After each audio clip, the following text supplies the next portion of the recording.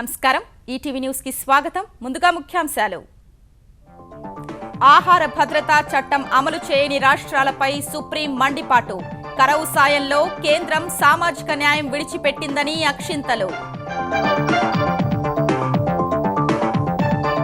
Neat ఆధారంగానే MBBS BDS ప్రవేశాలు inter మార్కుల weightage లేదంటున్న Telugu రాష్ట్రాల అధికారులు విదేశీ పర్యటన నుంచి నేడు తిరిగి రానున్న చంద్రబాబు ప్రధానికి నివేదించాల్సిన అంశాలపై రేపు ఎల్లుండి సమీక్ష 2018 చివరికల్లా విజయవాడ మెట్రో నిర్మాణం బస్ టెర్మినల్ నిడమానూరు మార్గాన్ని పూర్తి చేసే యోచన అసెంబ్లీ నియోజకవర్గాలకు 50 కిలోమీటర్ల లోపే జిల్లా కేంద్రం కొత్త జిల్లాలపై తెలంగాణ సీఎస్ కమిటీ కీలక ప్రతిపాదన 15 ఏళ్ల దార్శనిక పత్రం రూపొందించాలని నీతి ఆయోగ్కు కేంద్రం ఆదేశం పేదరిక నిర్మూలన విద్య వైద్యానికి పెద్దపీట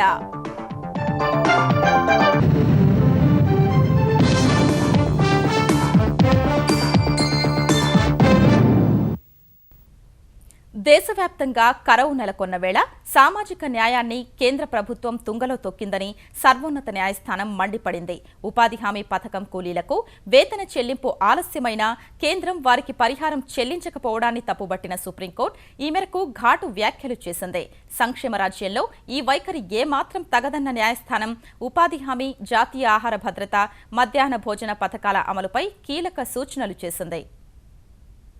వేర్వేరు రాష్ట్రాల్లో నెలకొన్న కరువు పరిస్థితులకు సంబంధించి స్వరాజ్ అభియాన్ స్వచ్ఛంద సంస్థ దాఖలు చేసిన ప్రజా ప్రయోజన వ్యాజ్యంపై విచారణ కొనసాగించిన సర్వోన్నత న్యాయస్థానం కేంద్ర ప్రభుత్వం తీరుపై మరోమారు తీవ్రంగా మండిపడింది. మహాత్మాగాంధీ గ్రామీణ ఉపాధి హామీ పథకం కూలీలకు వేతన చెల్లింపులు ఆలస్యమైన వారికి పరిహారం చెల్లించడంపై కేంద్రం ఎలాంటి నిబంధనలు లేవనడం దురదృష్టకరమని justice MB Lokur, justice NV రమణతో కూడిన ధర్మాసనం అసంతృప్తి వ్యక్తం చేసింది. సంక్షేమ రాజ్యంలో ముఖ్యంగా కరువు నెలకొన్న వేళ ఇలాంటి వైఖరి ఏమాత్రం తగదన్న ధర్మాసనం వేతన చెల్లింపు ఆలస్యమైన ఒక్కో రోజుకు 0.05% చొప్పున పరిహారం పొందడం కార్మికుల హక్కని తేల్చి చెప్పింది. వేతన చెల్లింపు 15 రోజుల కన్నా ఆలస్యమైన ఉపాధి హామీ కూలీలకు పరిహారం అందించేలా చర్యలు చేపట్టాలని ఆదేశించింది. 2015-16కు సంబంధించిన వేతన బకాయిల్ని ఈ కేసు విచారణకు వచ్చాకే కేంద్రం విడుదల చేయడంపై సుప్రీంకోర్టు అసహనం వ్యక్తం చేసింది. ఇకపై వేతనాల చెల్లింపునకు అవసరమైన నిధుల్ని సకాలంలో విడుదల చేయాలని సూచించింది. ఉపాధి హామీ పథకం విజయాల శాతం 50 కన్నా తక్కువ ఉండడాన్ని ప్రస్తావించిన justice MB Lokur, justice NV రమణతో కూడిన ధర్మాసనం మరింత మంది ఆ పథకం ద్వారా లబ్ధి పొందేలా చూసేందుకు కేంద్ర రాష్ట్ర ప్రభుత్వాలు ప్రయత్నించాలని సూచించింది. ఉపాధి హామీ చట్టంలోని నిబంధనలకు అనుగుణంగా కేంద్రం 60 రోజుల్లోగా కేంద్ర ఉపాధి హామీ మండలిని ఏర్పాటు చేయాలన్న సుప్రీంకోర్టు రాష్ట్రాలు సైతం 45 రోజుల్లో రాష్ట్ర ఉపాధి హామీ మండళ్లను నెలకొల్పాలని ఆదేశించింది. 2013 నాటి జాతీయ ఆహార భద్రతా పథకాన్ని కొన్ని రాష్ట్రాలు ఇప్పటికీ అమలు చేయకపోవడంపై సుప్రీంకోర్టు తీవ్ర అసహనం వ్యక్తం చేసింది. నిధుల కొరత లేదా మరేదైనా కారణం చెప్పి రాష్ట్రాలు చట్టాల్ని అమలు చేయకుండా ఉండడం కుదరదని తేల్చి చెప్పింది. ఆయా చట్టాల అమలును పర్యవేక్షించేందుకు కేంద్ర రాష్ట్ర ప్రభుత్వాలు ప్రత్యేక వ్యవస్థల్ని ఏర్పాటు చేయాలని సుప్రీంకోర్టు ఆదేశించింది. ప్రభుత్వ పాఠశాలల్లో మధ్యాహ్న భోజన పథకాన్ని వేసవి సెలవుల్లోనూ అమలు చేయాలన్న సర్వోన్నత న్యాయస్థానం ఇప్పటి వరకు అలా చేయని రాష్ట్రాలకు వారం గడువిచ్చింది. కరువు పరిస్థితులపై దాఖలైన వ్యాజ్యంపై వాదనల సందర్భంగా ఇచ్చిన ఆదేశాల అమలుపై స్థితి నివేదిక సమర్పించాలని కేంద్రాన్ని ఆదేశించిన సుప్రీంకోర్టు విచారణను ఆగస్టు 1కి వాయిదా వేసింది. ఆంధ్రప్రదేశ్ ముఖ్యమంత్రి చంద్రబాబు వ్యక్తిగత విదేశీ పర్యటన ముగించుకుని ఇవాళ స్వదేశానికి తిరిగి రానున్నారు. ప్రతి ఏటా వేసవిలో కుటుంబ సభ్యులతో కలిసి ఆయన విశ్రాంతి కోసం విదేశాలకు వెళ్లటం ఆనవాయితీ. ఇందులో భాగంగా ఈ నెల 9వ తేదీన సీఎం కుటుంబ సభ్యులతో కలిసి విదేశీ పర్యటనకు వెళ్లారు. 15, 16 తేదీల్లో ఆయన విజయవాడలోనే ఉండి ప్రధాని భేటీకి సంబంధించి అధికారులు, పార్టీ నేతలతో కీలక సమావేశాలు నిర్వహించనున్నట్లు సమాచారం. 16వ తేదీన ప్రభుత్వ ప్రధాన కార్యదర్శితో పాటు వివిధ శాఖల ఉన్నతాధికారులు సీఎంతో సమావేశమై ప్రధానికి వివరించే పవర్ పాయింట్ ప్రదర్శనపై చర్చించనున్నట్లు తెలిసింది. ఈ ప్రదర్శనను ముఖ్యమంత్రి తిలకించాక ఆయన సూచనలు, ఆదేశాల మేరకు మార్పులు, చేర్పులు చేయనున్నారు. 17వ తేదీన సాయంత్రం 4:30 గంటలకు ఢిల్లీలో సీఎంతో కూడిన ప్రతినిధుల బృందం ప్రధానితో భేటీ కానున్నట్లు తెలుస్తోంది. ఆంధ్రప్రదేశ్కు 2 ఏళ్లలో కేంద్రం ప్రత్యేకంగా ఇచ్చిందేమీ లేదని ప్రభుత్వ అధికారిక లెక్కలు చెబుతున్నాయి. ముఖ్యమంత్రి చంద్రబాబు ఢిల్లీ పర్యటన కోసం నివేదికలు రూపొందిస్తున్న ఆర్థిక శాఖ అన్ని రాష్ట్రాలతో పాటే ఆంధ్రాకు వాటా ఇచ్చారు తప్ప అదనంగా చేసిందేమీ లేదని అంచనాకొచ్చింది. ప్రస్తుత పరిస్థితుల్లో ఎన్డీఏ నుంచి బయటకొస్తే రాష్ట్రానికి నష్టమే తప్ప ప్రయోజనం లేదని భావిస్తున్న తెలుగుదేశం వాస్తవాల్ని కేంద్రం ముందుంచి సాయం కోసం ఒత్తిడి పెంచడమే మంచిదనే యోచనలో ఉంది. ఆంధ్రప్రదేశ్కు గత 2 ఏళ్లలో ఎంతో చేశామని విజయవాడ వేదికగా భాజపా మరోసారి స్పష్టం చేసినా అలాంటిదేమీ లేదని తెలుగుదేశం నేతలు పెదవివిరుస్తున్నారు. కేంద్ర ప్రభుత్వం చట్టబద్ధంగా అన్ని రాష్ట్రాలకు ఇచ్చే పన్నుల వాటాలు, ఇతర కేంద్ర సాయాలను ఆంధ్రప్రదేశ్కు ప్రత్యేకంగా ఇచ్చినట్లు భాజపా నేతలు చూపుతున్నారన్నది దేశం నేతల వాదన.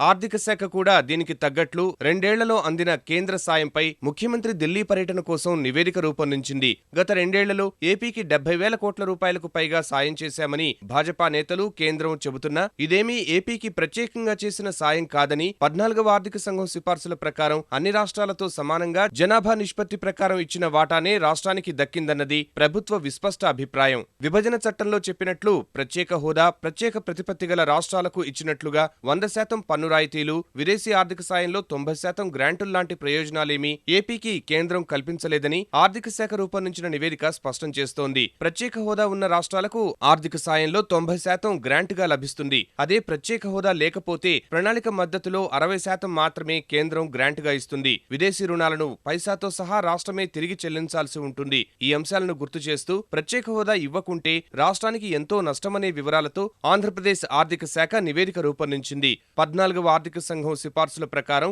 రెవెన్యూ లోటు భర్తీకి ఇచ్చే గ్రాంటు ఏటా తగ్గిపోతోందని ఏపీ సర్కారు ఆవేదన వ్యక్తం చేస్తోంది.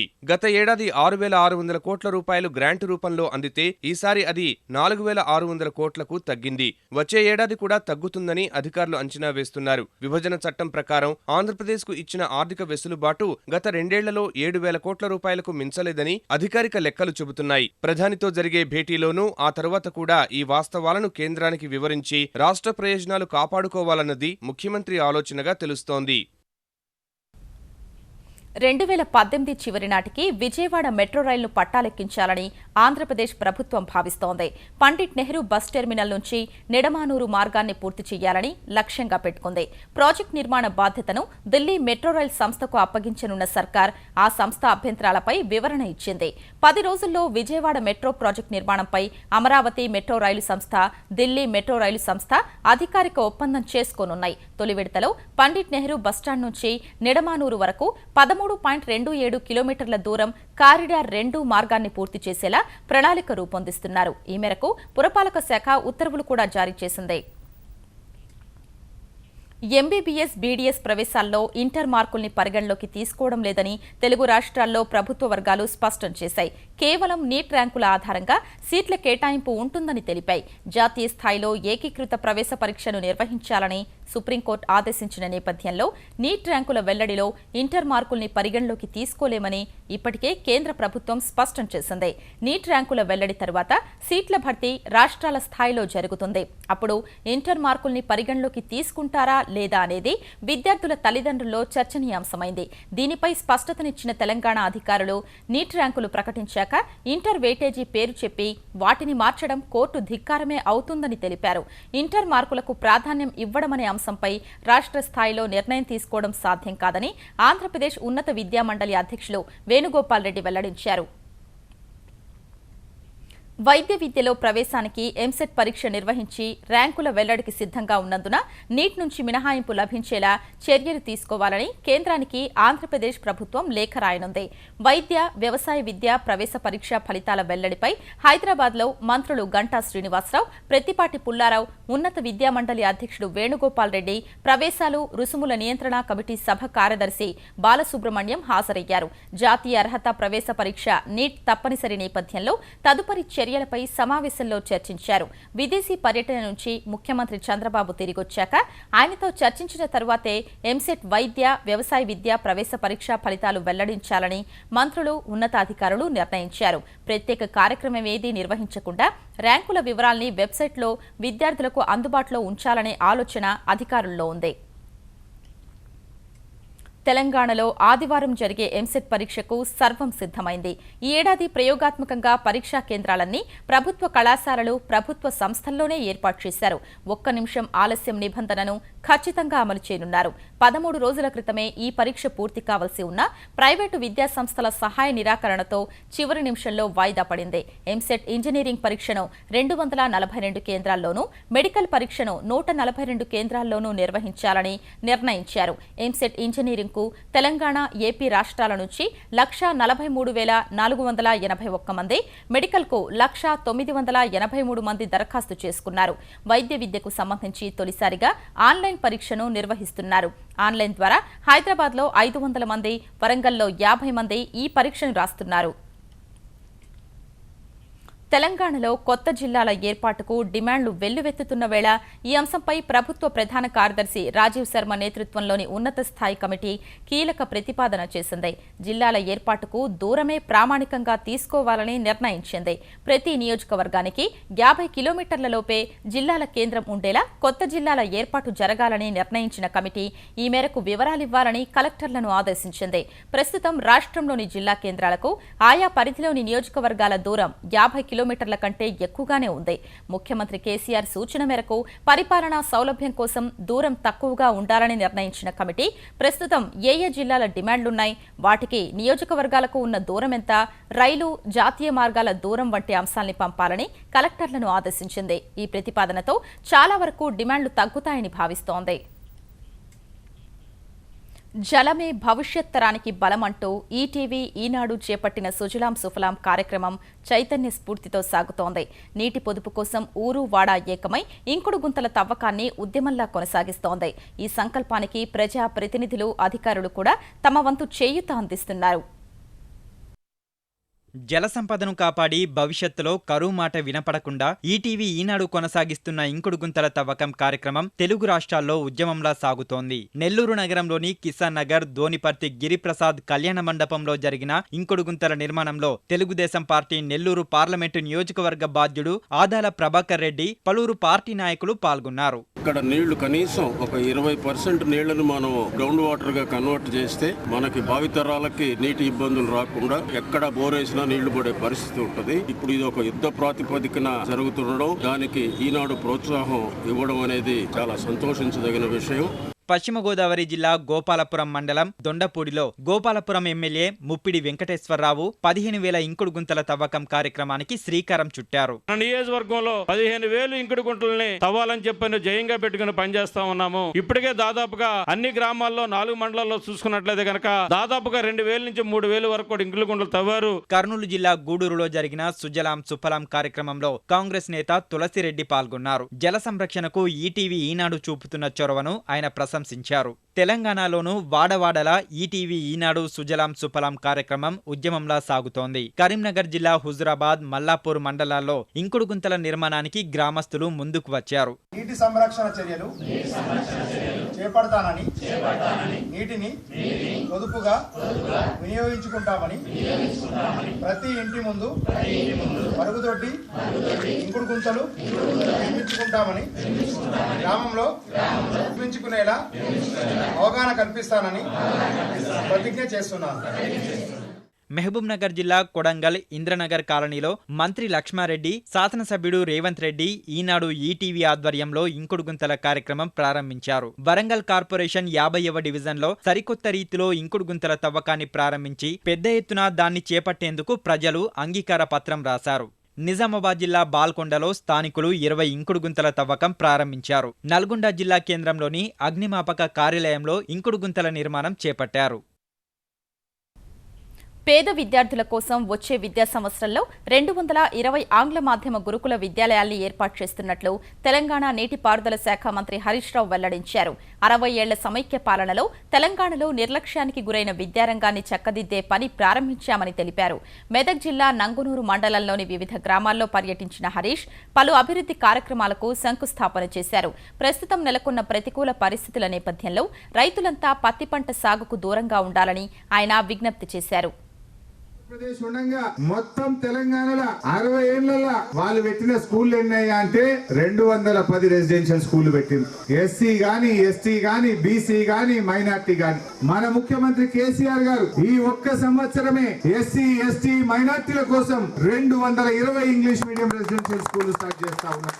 60 ఏళ్లలో వాళ్ళు చేసిన పనిని ఈ ఒక్క సంవత్సరమే 220 ఇంగ్లీష్ మీడియం స్కూల్ స్టార్ట్ చేస్తా ఉన్నామని మనం చేస్తా ఉన్నాం.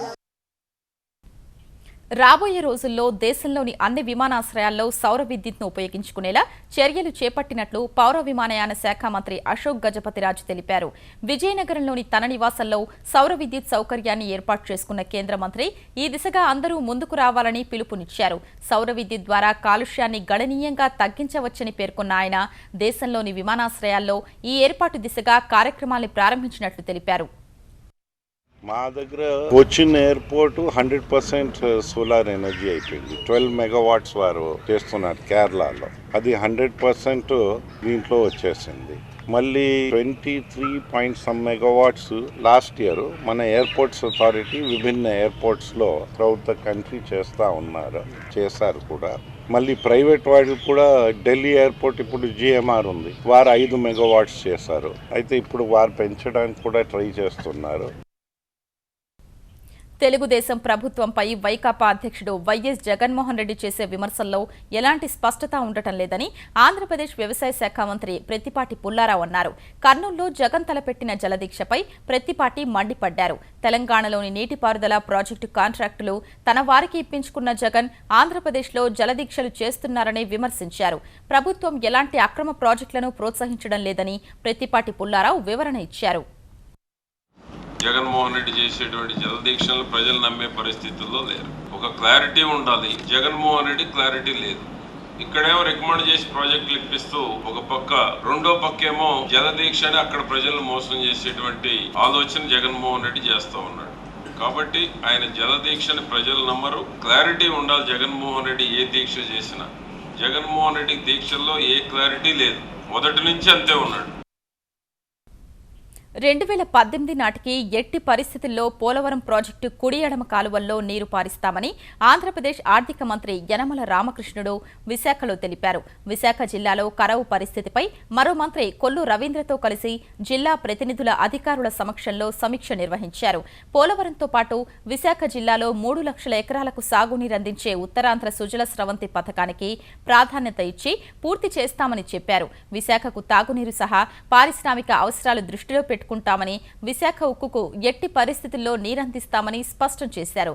ఏలేరు జలాశయానికి పుష్కర ఎత్తిపోతల పథకం ద్వారా నీరందిస్తామని చెప్పారు.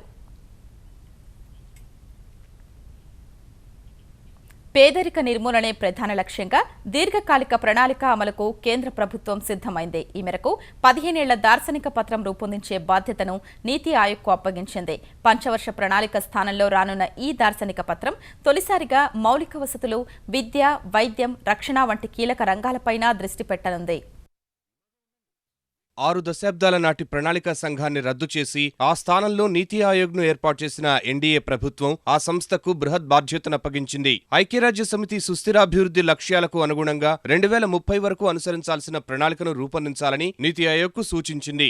ఈ దార్శనిక పత్రం ఆర్థిక వ్యవస్థ సమగ్ర అభివృద్ధితో పాటు పేదరిక నిర్మూలనపై ప్రధానంగా దృష్టి సారించనుంది. గతంలోని పంచవర్ష ప్రణాళికలకు భిన్నంగా మౌలిక వసతులు, వాణిజ్యం, విద్య, వైద్యం, అంతర్గత భద్రత, రక్షణ రంగాల అభివృద్ధికి అనుసరించాల్సిన వ్యూహంపైన దార్శనిక పత్రం దృష్టి పెట్టనుంది. 15 ఏళ్ల దార్శనిక పత్రాన్ని ఆచరణీయమైన విధంగా మార్చేందుకు 2017-18 నుంచి 2023-24 వరకు 7 ఏళ్ల కాలావధి కలిగిన ప్రణాళికను నీతి ఆయోగ్ రూపొందించనుంది. ఈ ప్రణాళిక అమలును 2020 మార్చిలో సమీక్షించనుంది. జాతీయ అభివృద్ధి ఎజెండాలో భాగంగా 2017-18, 2019-20కి సంబంధించిన 3 ఏళ్ల కార్యాచరణ ప్రణాళికను నీతి ఆయోగ్ రూపొందించనుంది. 2017-18 బడ్జెట్ నుంచి ప్రణాళికేతర వ్యయమన్న వ్యత్యాసం ఉండదని కేంద్ర ఆర్థిక మంత్రి అరుణ్ జైట్లీ ఇప్పటికే ప్రకటించిన వేళ బడ్జెట్ను ఆదాయం, మూలధన వ్యయం ఆధారంగా రూపొందించడంపైన నీతి ఆయోగ్ సూచనలు చేయనుంది. ఈటీవీ న్యూస్ సమాప్తం. నమస్కారం.